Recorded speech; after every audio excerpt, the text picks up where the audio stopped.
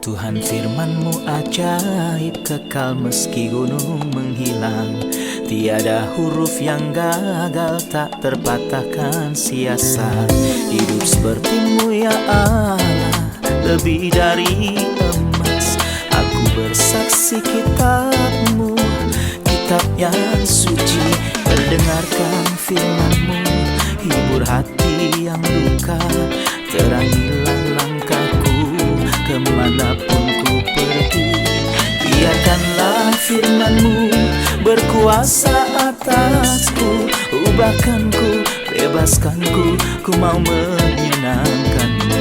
Tuhan firman-Mu ajaib, kekal meski gunung menghilang.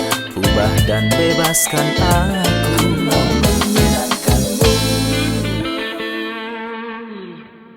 Salam jumpa pemirsa terkasih, saya menyambut Anda sekalian dimanapun Anda berada dalam episode terbaru program studi harian kita, Semua Kitab Suci.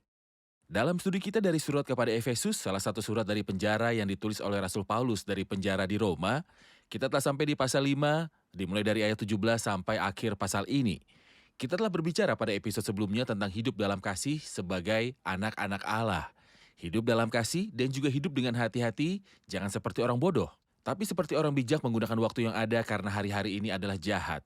Hari ini kita akan membahas sesuatu yang sangat penting, yaitu dipenuhi oleh Roh Kudus dan ciri-ciri kepenuhan Roh Kudus.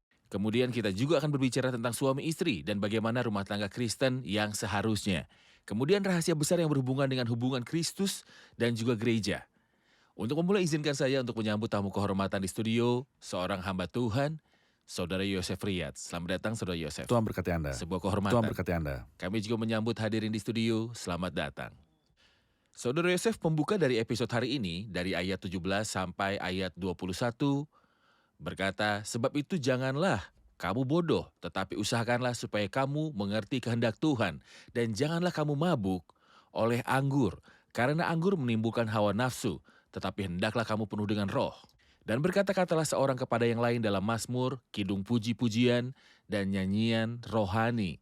Bernyanyi dan bersoraklah bagi Tuhan dengan segenap hati. Ucaplah syukur senantiasa atas segala sesuatu dalam nama Tuhan kita Yesus Kristus kepada Allah Bapa kita.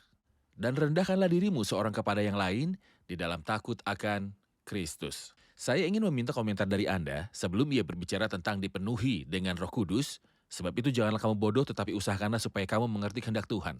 Menurut saya, cara terpenting untuk mengerti kehendak Tuhan adalah melalui firman Allah dan doa. Contohnya kita baca dalam Kejadian 25 bahwa ada masalah dengan Rebeka. Maka dia mencari Tuhan dan Tuhan menjawabnya. Kemudian untuk mengerti bagaimana di mana seharusnya Anda hidup dan apa yang harus Anda lakukan, carilah Tuhan, berdoa. Dalam Daniel 9 dikatakan, saya rasakan di buku. Kemudian membaca Alkitab dan berdoa akan membuat kita mengerti lebih baik. Saya harus mengetahui kehendak Tuhan dan cara terbaik untuk berdoa dan untuk membaca Alkitab. Faktanya berlatih untuk memiliki doa yang konsisten dan membaca Alkitab memberikan saya pengertian dari pikiran Allah, bukan hanya dalam situasi yang penting. Maka masalah umum dan pertanyaan mengenai kehendak Tuhan adalah seseorang yang menutup garis antara Tuhan dan dia, sementara dia ingin mengenal pikiran Tuhan pada saat itu dalam pernikahan atau keputusan imigrasi. bisa terjadi? Ini membutuhkan pelatihan Benar. dalam hadirat Tuhan. Tepat. Setelah ia berbicara tentang kehendak Tuhan, ia berkata di ayat 18, dan janganlah kamu mabuk oleh anggur, karena anggur menimbulkan hawa nafsu. Tetapi hendaklah kamu penuh dengan roh. Apa yang dimaksud? Dipenuhi dengan Roh Kudus. Ini artinya didampingi dengan manifestasi supranatural. Itu bisa merupakan berkat yang nyata, kata-kata, doa, penyembahan yang nyata dan memiliki wujud secara supranatural. Ataukah konsep dari dipenuhi roh ini memiliki arti yang lain? Dipenuhi dengan roh disebutkan di Kisah Para Rasul sebanyak 7 kali dalam 2 arti. Arti yang pertama adalah keadaan konstan yang berkelanjutan. Ketika mereka ingin memilih diaken, mereka berkata bahwa mereka akan memilih 7 diaken yang dipenuhi oleh Roh Kudus. Ini juga dikatakan tentang Stefanus bahwa ia dipenuhi oleh Roh Kudus. Barnabas juga dipenuhi oleh Roh Kudus. Ini adalah keadaan yang berkelanjutan, adalah sifat hidupnya bahwa dia dipenuhi oleh Roh Kudus. Dalam kasus lain juga bahwa dalam Kisah Para Rasul kita melihat bahwa Petrus dipenuhi oleh Roh Kudus. Paulus dipenuhi oleh Roh Kudus untuk menghadapi situasi khusus, untuk menentang kekuatan jahat, saya harus dipenuhi dengan Roh Kudus untuk bisa menghadapi orang jahat itu. Seperti yang dikatakan Mika, tapi aku ini penuh dengan kekuatan dengan Roh Tuhan. dan keadilan keperkasaan untuk memberitakan kepada Yakub pelanggarannya dan kepada Israel dosanya. Kemudian ada 2 kasus, salah satunya mewakili sifat hidup saya dipenuhi oleh Roh Kudus. Kasus lain, saya membutuhkannya pada saat ini untuk mengatasi masalah khusus. Beberapa orang menggambarkannya sebagai pompa bahan bakar untuk mobil. Ada bagian khusus ketika saya ingin melewati mobil, ada pompa khusus yang memasukkan gas dengan jumlah tertentu pada saat itu. Saya tidak bisa menggunakannya setiap waktu, karena itu akan menjadi tidak ramah lingkungan. Namun pada situasi tertentu, saya membutuhkan jumlah bensin yang lebih untuk bisa melewati mobil. Ini yang dimaksud dengan dipenuhi Roh Kudus. Pada situasi tertentu untuk menghadapi masalah tertentu. Dan arti dari dipenuhi oleh Roh Kudus secara umum adalah sesuatu yang baik. Ini bukan kepenuhan Roh Kudus untuk melakukan keajaiban. Tidak.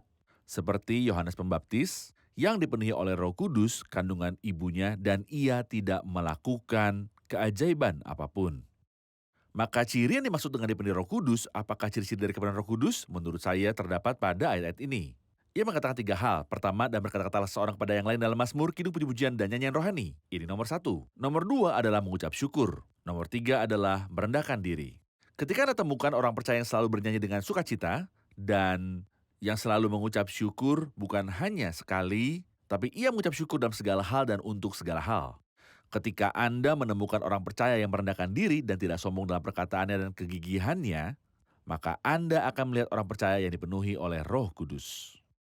Maka ketiga gejala itu, dan berkata-katalah seorang kepada yang lain dalam mazmur, kidung puji-pujian, nyanyian rohani, mengucap syukur. Kemudian rendahkanlah dirimu seorang kepada yang lain di dalam takut akan Kristus. Saya ingin tahu sedikit lagi tentang ciri-ciri kepenuhan yang pertama adalah nyanyian. Ia berkata dalam mazmur, kidung puji-pujian, dan nyanyian.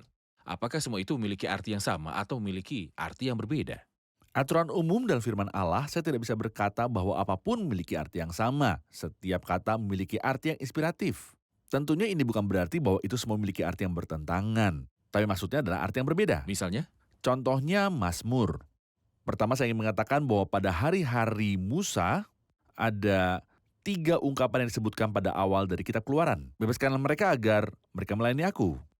Bebaskanlah mereka untuk berkorban kepada aku. Bebaskanlah mereka untuk mengadakan pesta untukku.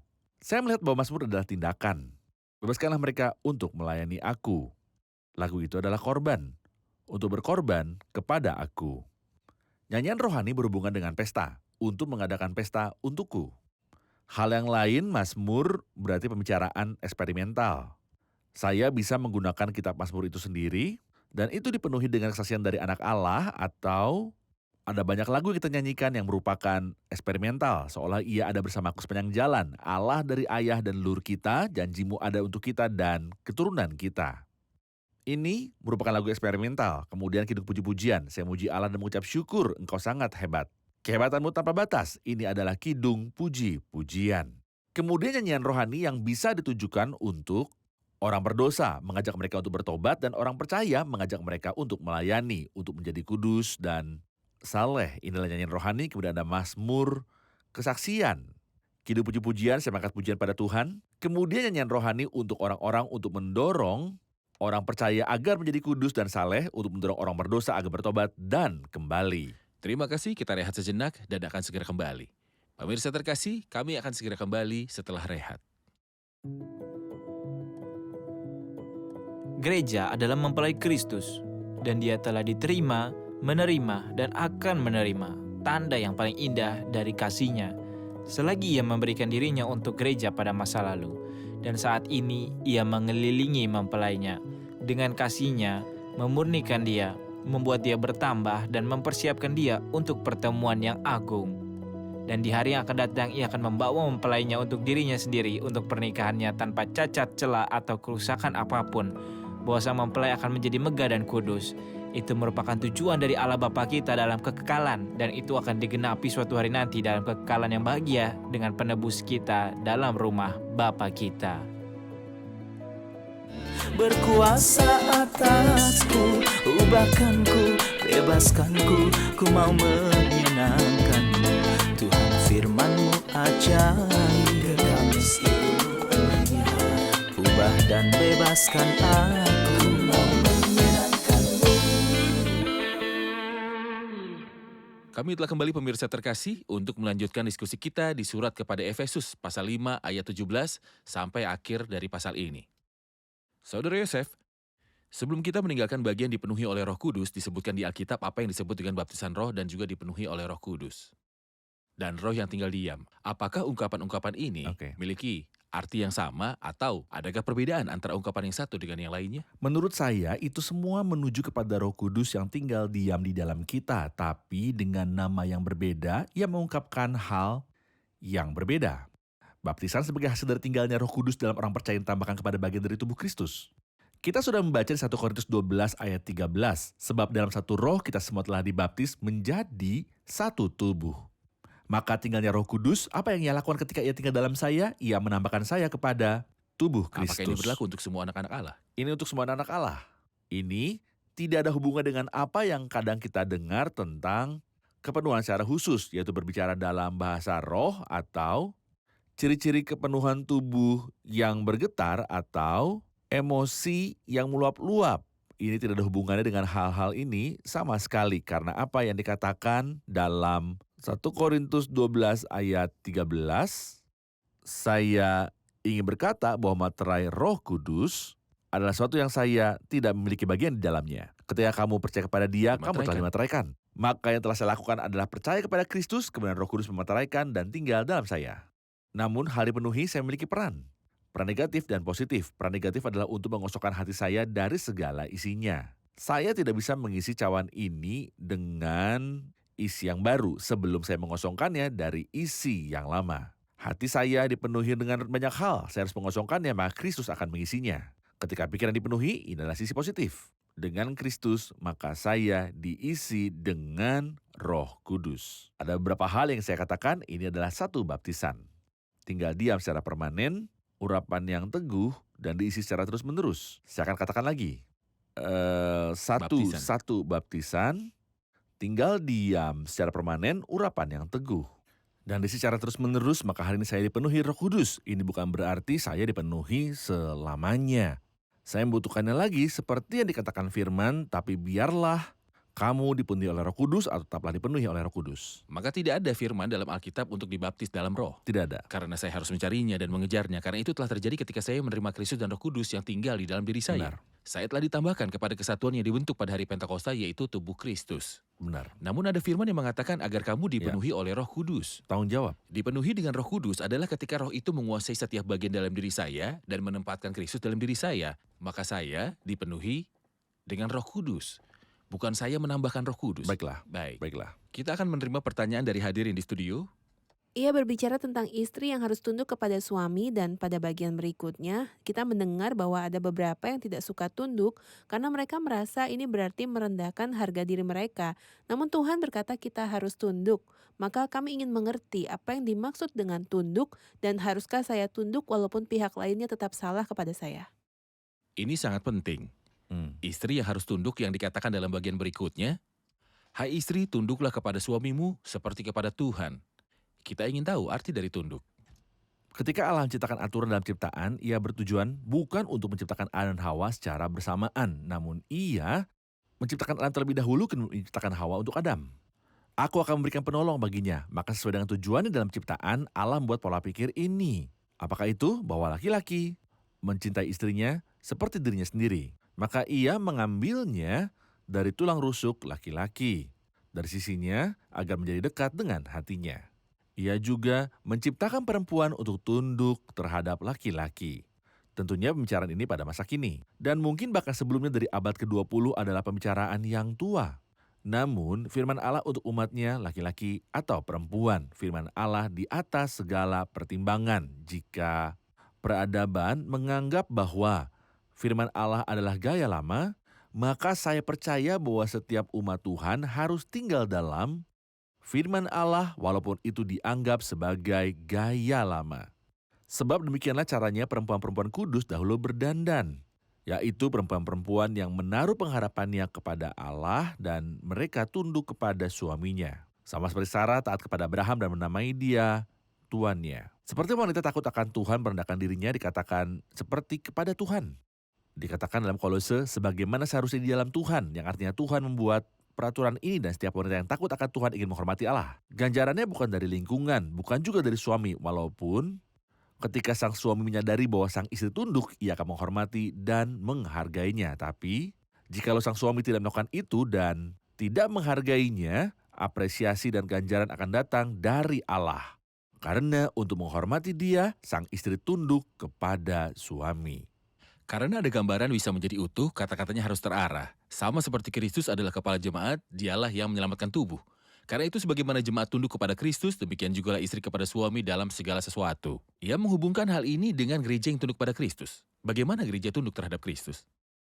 Seseorang berkata ketika Allah menciptakan Adam dan Hawa, apakah ini yang mendahuluinya ataukah Kristus dan gereja yang mendahuluinya? Tidak, faktanya Kristus dan gereja sudah terdahulu karena ini merupakan hal abadi.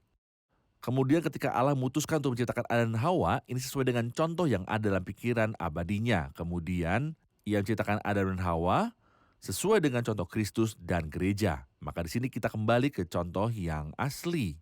Sebagaimana jemaat tunduk kepada Kristus. Demikian jugalah istri kepada suami dalam segala sesuatu. Kemudian, hai suami, kasihilah istrimu sebagaimana Kristus telah mengasihi jemaat dan telah menyerahkan dirinya baginya. Hai suami, kasihilah istrimu sebagaimana Kristus telah mengasihi jemaat dan telah menyerahkan dirinya baginya. Ia berbicara tentang Kristus sebagai kepala. Ya. Ia juga berbicara tentang laki-laki sebagai kepala dari perempuan. Benar. Maka masalah dari hubungan antara kepala dan tubuh adalah bukan tentang dominasi tetapi pengarahan dan kepemimpinan. Ini artinya aturan atau petunjuk yang datang dari kepala kepada tubuh untuk keselamatan tubuh. Ya. Ketika anggota tidak mematuhi tanda-tanda yang datang dari kepala, akan terjadi kesalahan. Masalah akan terjadi pada tubuh. Maka kita juga harus membedakan antara petunjuk yang datang dari kepala untuk kebaikan tubuh dan dominasi dari kepala atas seluruh tubuh. Dan kesalahan ada dalam berarti peran sebagai kepala. Apakah itu kepala dari kepemimpinan atau kepala dari dominasi dan kediktatoran? Faktanya seseorang berkata ungkapan bagus. Ia berkata bahwa laki-laki adalah kepala. Laki-laki adalah hati dan laki-laki adalah tangan. Yang artinya laki-laki adalah kepala maka ia memiliki kepemimpinan. Dan perempuan harus tunduk. Laki-laki adalah hati. Suami kasihilah istrimu. Saya tidak bisa mengambil yang pertama dan meninggalkan yang kedua. Laki-laki adalah tangan yang menjaga dan menghargai tubuh.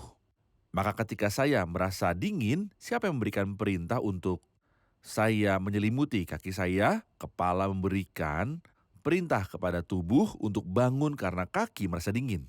Maka laki-laki harus mengambil peran ini untuk menjaga istrinya karena dia adalah kepala. Untuk memimpin dan bukan untuk mendominasi.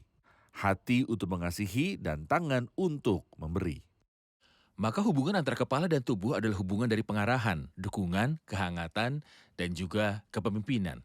Itu semua adalah petunjuk yang datang dari kepala untuk mengarahkan kepada yang baik untuk tubuh, bukan perintah yang datang dari otoritas tinggi sebagai seorang yang memiliki rasa rendah diri, ingin menjalankan kediktatoran kepada tubuh. Sebelum kita meninggalkan bagian ini untuk rehat, kita akan berbicara tentang Kristus dan juga gereja. Saya ingin mengetahui jika Alkitab mengajarkan kita bahwa apakah dalam satu istri atau banyak istri, apakah itu satu suami dan banyak istri atau satu suami dengan satu istri?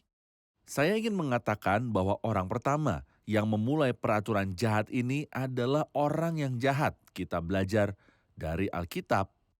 Di Kejadian pasal yang keempat kita membaca tentang orang yang sangat jahat, seorang pembunuh.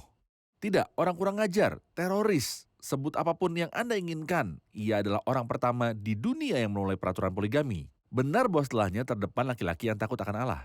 Yang memiliki istri lebih dari satu, tapi ini terdapat di perjanjian lama.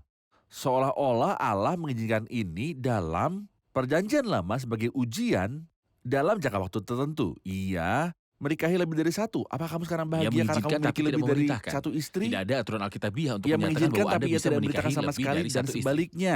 Pikiran ilahi ini sudah cukup jelas. Tetapi sejak semula tidaklah demikian seperti yang dikatakan Kristus. Tapi satu suami untuk satu istri. Maka dikatakan sebab itu laki-laki akan meninggalkan ayahnya dan ibunya dan bersatu. Bukan dengan istri-istrinya. Tidak ada hal demikian, bersatu dengan istrinya. Sehingga keduanya bukan kelimanya atau keenamnya atau ketujuhnya. Sehingga keduanya itu menjadi satu daging. Ini yang Kristus katakan sampai waktu reformasi datang. Seperti yang dikatakan yang hanya berlaku sampai tibanya waktu pembaharuan ketika Kristus datang. Ia berkata tidak, kita ingin semua seperti Allah juga menginginkannya. Maka Kristus berkata tidak, tetapi sejak semula Tidaklah demikian, tapi satu laki-laki dan satu perempuan, seorang suami untuk satu perempuan. Benar. Kita rehat sejenak dan akan segera kembali. Pemirsa terkasih, kami akan segera kembali setelah rehat. Ubahkanku, bebaskanku, ku mau menyenangkanmu. Tuhan firman-Mu ajaib, kami seluruhnya. Ubah dan bebaskan aku, mau menyenangkanmu. Kami telah kembali pemirsa terkasih untuk melanjutkan pembelajaran kita dalam surat Efesus, pasal yang kelima, bagian kedua dari pasal ini. Saudara Yosef, ketika ia berbicara kepada laki-laki, ia berkata, "Hai suami, kasihilah istrimu," di ayat 25, sebagaimana Kristus telah mengasihi jemaat dan telah menyerahkan dirinya baginya untuk menguduskannya, sesudah ia menyucikannya dengan memandikannya dengan air dan firman, supaya dengan demikian ia menempatkan jemaat di hadapan dirinya dengan cemerlang, tanpa cacat atau kerut atau yang serupa itu, tetapi supaya jemaat kudus dan tidak bercela. Ia melampaui pembicaraan tentang suami dan istri dan berbicara tentang gambaran asli, yaitu Kristus dan gereja. Bagaimana dia menyampaikan hubungan antara Kristus dan gereja? Faktanya saudara, ayat ini mudah dilihat bahwa semua penulis dari inspirasi ini, khususnya para rasul dan perjanjian baru, telah dipenuhi dengan Kristus. Maka ketika mereka berbicara tentang subjek apapun, mereka akan kembali ke standar paling tinggi, yaitu Kristus. Maka di sini ia bicara tentang hubungan dari suami dan istri. Namun ia memberitahu kita sebagaimana Kristus telah mengasihi jemaat dan telah menyerahkan dirinya baginya untuk menguduskannya, sesudah ia menyucikan dengan memandikannya dengan air dan firman. Maka ia merupakan sang suami dan istri karena ia mulai tertarik kepada siapa? Kepada Kristus. Kita menemukan poin yang sama ketika ia berbicara tentang ketahanan dan penderitaan di surat 1 Petrus. Ia berkata, "Karena Kristus pun telah menderita karena kamu dan telah meninggalkan keteladanan bagimu, supaya kamu mengikuti jejaknya. Ketika ia dicaci maki, ia tidak membahas dengan mencaci maki. Ketika ia menderita, ia melupakan hambanya yang menderita dan mulai berbicara tentang Kristus." Atau sebagai contoh di surat 2 Korintus, ia berbicara tentang berkat dan memberi. "Karena kamu telah mengenal kasih karunia Tuhan kita Yesus Kristus, bahwa ia yang oleh karena kamu menjadi miskin, sekalipun ia kaya supaya kamu menjadi kaya oleh karena kemiskinannya." Ia melupakan hal memberi untuk jemaat Korintus dan mulai tertarik dengan sang pemberi terhebat, yaitu Kristus. Di sini ia mengkhawatirkan umat Kristus yang menunjukkan kasih luar biasa kepada gereja dalam 3 tahap. Pada masa lampau telah menyerahkan dirinya baginya. Pada masa kini, menyucikannya dan memandikan dengan air dan firman, semua cara yang ada. Menyucikan dengan memandikan dengan air dan firman. Dan akhirnya masa yang akan datang supaya dengan demikian ia menempatkan jemaat di hadapan dirinya dengan cemerlang tanpa cacat atau kerut. Atau yang serupa itu, tetapi supaya jemaat kudus dan tidak bercela. Kemudian ia berbicara tentang masa lalu, masa kini, dan masa depan. Saya ingin memiliki beberapa fokus untuk masa depan. Ya. Apa yang penting sekarang adalah status dari kemurnian dan kekudusan yang berkelanjutan. Ya. Bagaimanakah firman bisa mempengaruhi kita dalam pemurnian kita? Dikatakan di sini menyucikannya dengan memandikannya dengan air dan firman. Seseorang membuat perbandingan antara Efesus di 5 ayat yang kita baca dan antara Yohanes 12, 13, 14. Yohanes 12 sebutir gandum yang jatuh dalam tanah dan mati. "Dan aku apabila aku ditinggikan dari bumi, aku akan menarik semua orang datang kepadaku." Ini Yohanes 12. Yohanes 14, "Di rumah Bapakku banyak tempat tinggal. Dan apabila aku telah pergi ke situ dan telah menyediakan tempat bagimu, aku akan datang kembali dan membawa kamu ke tempat aku." Maka ia mengambil gereja untuk Tepat. dirinya sendiri. Namun di antara pasal 12 dan pasal 14, ada pasal 13, pencucian kaki, seolah Kristus sekarang di antara kematiannya dan kayu salib dan kedatangannya kembali untuk menjemput kita. Ia sekarang melakukan pencucian kaki. Ini yang dilakukan Kristus, menyucikannya dengan memandikannya dengan air dan firman. Setelah dibersihkan kakinya, ia berkata kepada mereka di pasal 15 dari kitab Yohanes, "Kamu memang sudah bersih karena firman yang telah kukatakan kepadamu." Dengan apakah seorang muda mempertahankan kelakuannya bersih? Dengan menjaganya sesuai dengan firman-Mu. Firman Allah memurnikan dan membersihkan. Ia mulai berbicara tentang aturan umum, sebab tidak pernah orang membenci tubuhnya sendiri tetapi mengasihinya dan merawatinya. Anda berkata bahwa sekarang Kristus sedang membersihkan gereja dengan memandikannya Benar. dengan air dan firman. Namun saya ingin mengetahui bagaimana Kristus memberi makan dan menghangatkan gereja. Ia mengasuh dan merawatnya, yang memberikan kepada kita dan memperkaya kita dengan berkat dan tujuan. Apa yang dimaksud dengan ini? Artinya bahwa Tuhan memberikan berkat untuk memberikan makan kawanannya, para guru, penginjil, dan gembala. Maka ia memberikan berkat dan karena itu ia memberikan makan kepada tubuhnya. Ia juga menghangatkannya melalui tujuan yang adalah uskup dan diaken. Apakah peran mereka? Uskup merawat kawanan Kristus secara spiritual, diaken merawat kondisi fisik. dari kawanan Kristus untuk orang miskin dan khususnya para janda.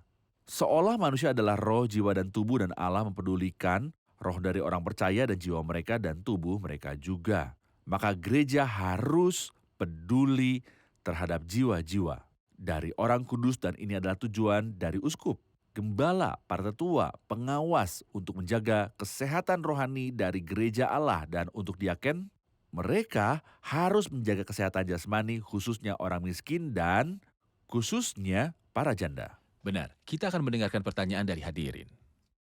Ayat 31 berkata, sebab itu laki-laki akan meninggalkan ayahnya dan ibunya dan bersatu dengan istrinya sehingga keduanya itu menjadi satu daging. Rahasia ini besar. Apa ini maksud dengan misteri? Apa misteri ini dari pernikahan atau hal yang lain? Rahasia ini besar adalah misteri dari pernikahan itu besar? Apakah arti dari pernikahan di sini atau hal lain? Ya, faktanya beberapa orang berpikir cara ini, namun ayat setelah ini berkata, tetapi yang aku maksudkan ialah hubungan Kristus dan jemaat. Ini adalah misteri besar. Apakah ini subjek dari surat? Subjek dari surat yang dimaksud dengan misteri besar, apakah ini? Pernikahan? Bukan. Seperti yang telah saya katakan pada awal, bahwa ketika Allah menciptakan Adam dan Hawa, ada hal yang mendahului dalam pikirannya. Apakah itu? Itu adalah Kristus dan gereja. Kristus dan gereja. Ini adalah misterinya. Karena sejak awal dari penciptaan, ada pernikahan yang terjadi. Tanpa misteri atau hal lain seperti itu. Sebaliknya ketika kita membaca dalam 1 Korintus 6, ada hal yang luar biasa. Ia berkata, atau tidak tahukah kamu bahwa siapa yang mengikatkan dirinya pada perempuan cabul menjadi satu tubuh dengan dia? Maka pernikahan bukan menjadi misteri. Tidak. Tidak ada misteri.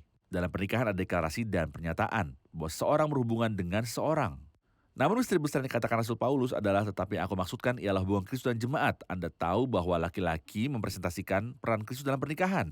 Perempuan mempresentasikan peran gereja dalam pernikahan. Misteri besar adalah bahwa Kristus berhubungan dengan gerejanya sebagai mempelai laki-laki dan mempelai perempuan. Sungguh sebuah misteri yang melampaui segala pujian, meningkat dalam kesempurnaan. Gereja adalah mempelai wanita bagi Kristus yang memiliki segala kemuliaan. Maka kata-kata ini adalah tentang hubungan dari Kristus dengan gereja. Ya. Rahasia ini besar, tetapi yang aku maksudkan ialah hubungan Kristus dan jemaat. Ya.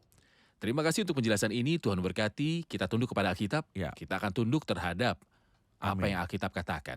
Kita telah di akhir episode, kita akan dengarkan komentar dari hadirin. Ayat 20 berarti bagi saya dikatakan ucaplah syukur senantiasa atas segala sesuatu dalam nama Tuhan kita Yesus Kristus kepada Allah Bapa kita. Ayat ini sungguh mewakili banyak hal dalam kehidupan kita. Seringkali kita bersungut-sungut karena hal lain dan lupa bahwa Allah kita yang kita sembah dengan segala yang Ia miliki ada untuk kita. Kita juga lupa dan kehilangan percaya diri dalam penyertaan dan kebaikan Allah untuk kita.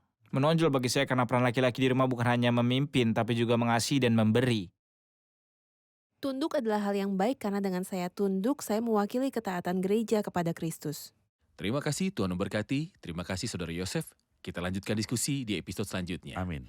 Pemirsa terkasih, Alkitab tidak membiarkan kita bingung. Seberapa banyak Alkitab menetapkan peraturan dari kebahagiaan rumah tangga? Bagaimana rumah bisa menjadi bahagia? Jika Anda memiliki hubungan dengan Tuhan Yesus Kristus, Anda akan menghidupi pola terhormat untuk rumah tangga yang bahagia. Saya berharap bahwa rumah kita akan bahagia dalam pola Alkitab yang terhormat ini. Kita akan berjumpa kembali dalam episode berikutnya. Tuhan besertamu.